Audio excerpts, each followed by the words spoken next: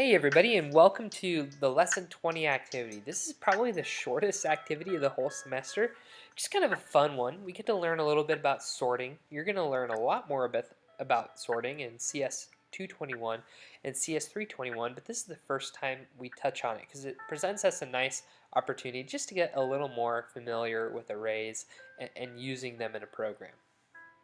Now we're going to build a bubble sorter today. What we're going to do is we're just going to have a class that wraps an array. So just like our to-do list and our playlist wrapped an array list, our bubble sorter is going to contain an array inside of it.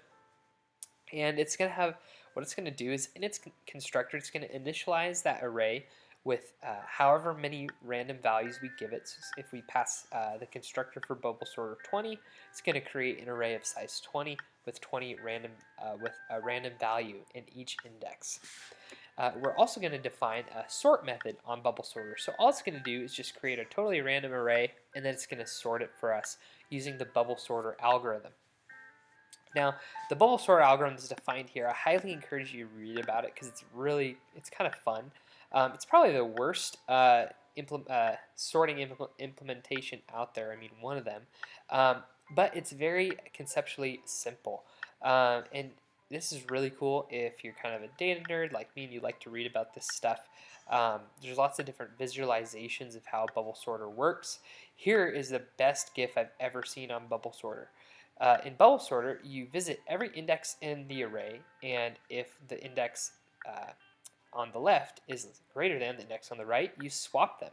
So the high values literally bubble up to the top. So the first time through the list, whatever the highest number in the list is, it's going to bubble all the way up to the top. So that if this 8 was in the first index, it would literally, by the end of the first iteration through the loop, it would have bubbled all the way up to the top. Now it's going to find the next highest value, and it's going to bubble up to the top. And this is why we call it bubble sort. There's some fun talk about rabbits and turtles here, so I highly encourage you read about it because I thought it was very interesting. So we're going to go ahead and create our activity 20 project and create a bubble sorter file. So let's go ahead and do that. Putting that 0 there so my activities still appear in the right order. Although I didn't do that on my other ones, so I guess I'm kind of screwed anyways. Then go ahead and create my bubble sorter class. And go ahead and put main method in there as well. Oh, and create a new Java class file named driver with a main method. So I actually don't need a method in my bubble sorter. So the driver, again, is just the class that has the main method in it, and it just runs the program and typically uses other classes to run the program. In this case, we're going to be using our bubble sorter. So for part 1, we're going to initialize bubble sorter and display array contents. So we're going to add an integer array as an instance variable to bubble sorter. And in the constructor, we're going to use a random number generator to initialize the array with random values. The size of the array we are going to initialize should be passed as an argument to the bubble sorter constructor. So, first thing we need in bubble sorter is an array instance variable.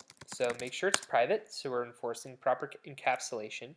And you can have arrays as instance variables, and it's as simple as this. I'm going to call it, doesn't tell us what to call it, so I'm going to call it list. Just needed to make sure I wasn't missing a name that the activity wanted to give us our array. So notice I declared my instance variable list as an array of ints. We don't yet know how big list is going to be because we set the size of our array when we actually initialize it. So now I'm going to define the bubble sorter constructor. It takes a size parameter, so I'm going to call it size. And now we're going to initialize list with whatever to be as big as size. So we're going to say list equals new, use that new operator int, and remember in the second set of square braces we pass how big we want our array list to be, how many indexes we want there to be. So in this case, we want size, whatever was passed in to the constructor there. So I think that takes care of the first bullet point for part 1. For the next bullet point, we're going to add a toString method that uses a for each loop to build a string containing the values of the int array. Now, I want mine to look nice. I want it to look like the output down here. This is kind of, I wish they had put this up here so you can see what it's supposed to look like. But this is what your output needs to look like. So you need to print out BubbleSorter before call to sort.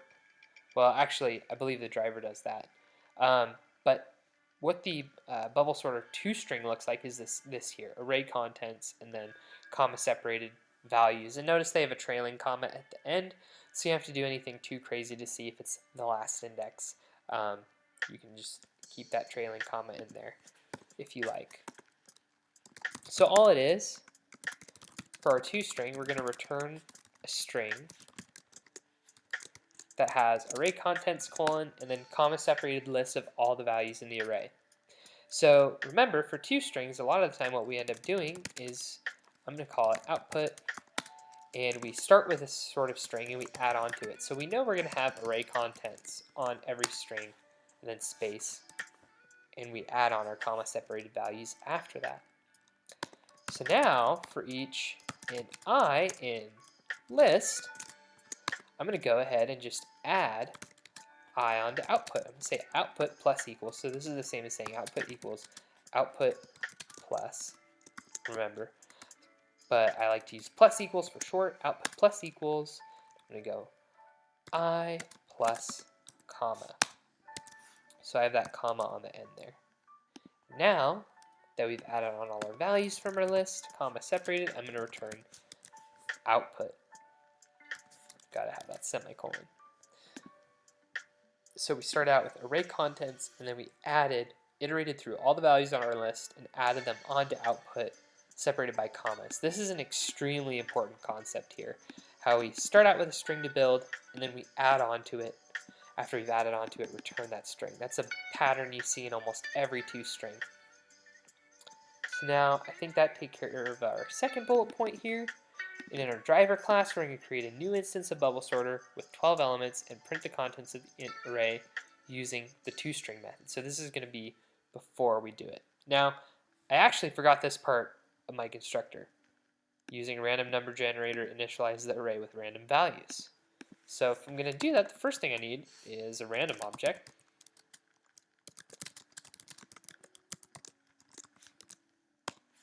And it's going to ask me to import it. So now I need to iterate through my list, and I need to set each index equal to a random number. We can't just say list equals, random dot or rand dot next int, right? That's not how it works because list is an array. Can't do that. Can't convert from int to an array of ints. We actually have to iterate through our array.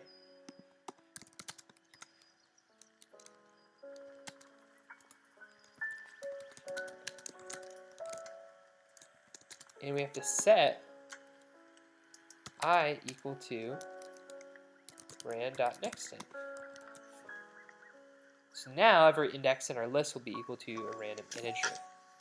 So let's go ahead and do what it says in the next step. Create an instance of BubbleSorter. Remember, I have to have my type and name. I'm just going to call it bubble of my object equals new BubbleSorter.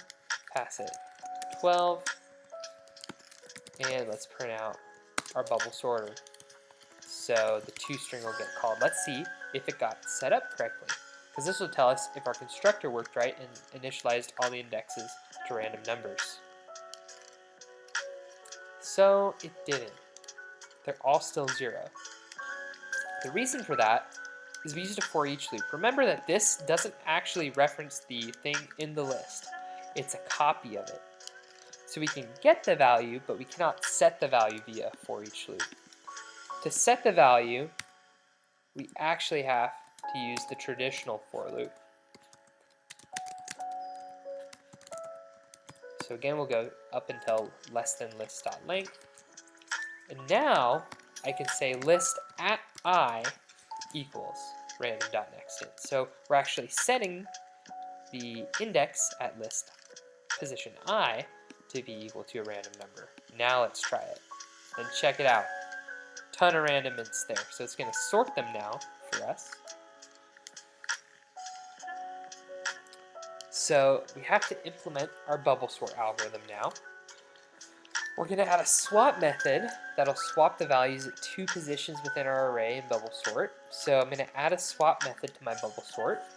This is integral to bubble sort because, as you saw in the Wikipedia article, you actually have to swap the values at 2 indexes.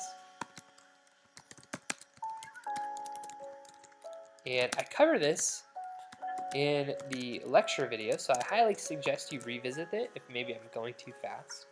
But we're going to swap 2 values at indexes I and j. So in the end, for swapping 0 and 1, the values at positions 0 and 1 are going to get switched in our array. So the first thing we have to do is create a temporary holder for position I, because in the next step, we're going to set list I equal to list j. And if we were to set list j equal to list I, well, now we just have j twice in our list. That's why we created this temp variable to hold the original value of list I. So now I can just say list j equals temp. Voila, we've swapped them. Now we're going to implement the sort method of bubble sorter. And below here we've got pseudocode, and this is one of the other really big reasons that I like this lesson. Lesson 22, 21 and 22 actually cover pretty much all the bases with arrays, but I really wanted to go over this because pseudocode is super important in computer science. So pseudocode is essentially writing that looks a lot like code, but it's not actual like Java or JavaScript or whatever language you're writing pseudocode for. It looks like it enough to where you know what you would be actually typing. But notice there's no semicolons here, there's no curly braces, yet you could very easily translate this in Java code. And a lot of time, pseudocode can even be language agnostic. This could be JavaScript or even like another language if you really wanted to. And so, but this is very trivial to translate into Java code. And we use this a lot when we're taking notes. You know, if I'm writing in my notebook at work, I'm not going to take the time to write semicolons and curly braces. Like I'm jotting down ideas and I want to be able to do it fast. Same if you're sharing stuff with coworkers, if you're doing something on a whiteboard, like writing actually correct Java code on the whiteboard, not only would it take up a lot of room, but it would take a lot of time to put all the different little syntactical things in there. So pseudocode is a way of communicating programming ideas without actually having to, you know, do all the little fine, really specific things that actually programming requires you to do. So the whole thing with bubble sort is, while we're not done, we're going to set done equal to true and only set done equal to false if we swap something. If we had to swap something, we know we have to check again to make sure our list is in the right order. If we don't swap anything for going through all the way through the list, we know that the index on the left was never greater than the index on the right. Therefore, everything's already sorted. That's how that works. And while we're not done, so while we're still swapping things, we're going to go all the way through the array, and as soon as we hit something where the, not as soon as we hit something, whenever index I is less than, index I minus 1 is less than index I, we swap them. So I starts out at 1, that we can compare 1 and 0, so notice this is 0 and 1. We can also do plus 1, that would change the condition. Starting at 1 is kind of nice because you still get to use this less than length thing. So it goes through and swaps. So if that's kind of unclear to you, I highly suggest you read the article because that'll clear everything up for you. And looking at that GIF will seriously explain all this pseudocode because I know I did that fast. So let's go ahead and translate this into Java code.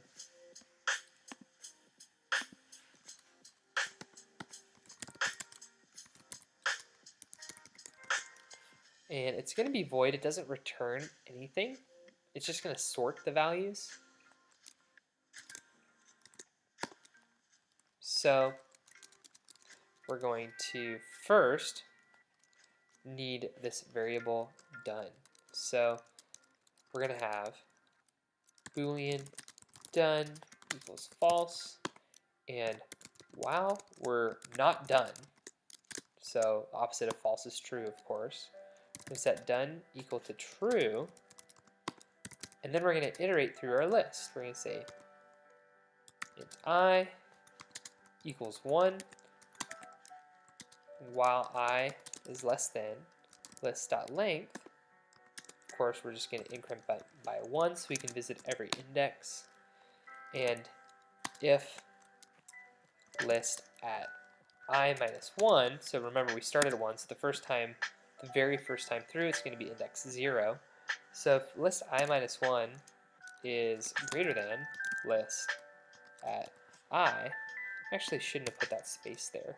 We don't put a space between the name of the array and the square brackets, even though we put spaces between usually like words and parentheses. It's just kind of a thing. Same thing, we don't do it here with the method names. I know it's kind of weird, the different Java conventions. So if it's less than them, we're going to swap the list at I minus 1 and list I. And actually, remember, this is the actual values. We don't want to swap the values, we actually want to swap the positions. So it's going to be I minus 1, so we're going to swap index I minus 1 and index I. And since we swapped something, we know we're not done. Let's go back and make sure that this looks a lot like the pseudocode. So if we swap it, I minus 1 and I, it's done, set done equal to false. And if that's greater than, the I minus 1 is greater than I, we are iterating starting at 1, going up to, but not including, list.length. Awesome, incrementing by 1. Set done equal to true before we iterate through the list. That way, if we don't swap anything, we know we're done. And loop while we're not done. That looks pretty good.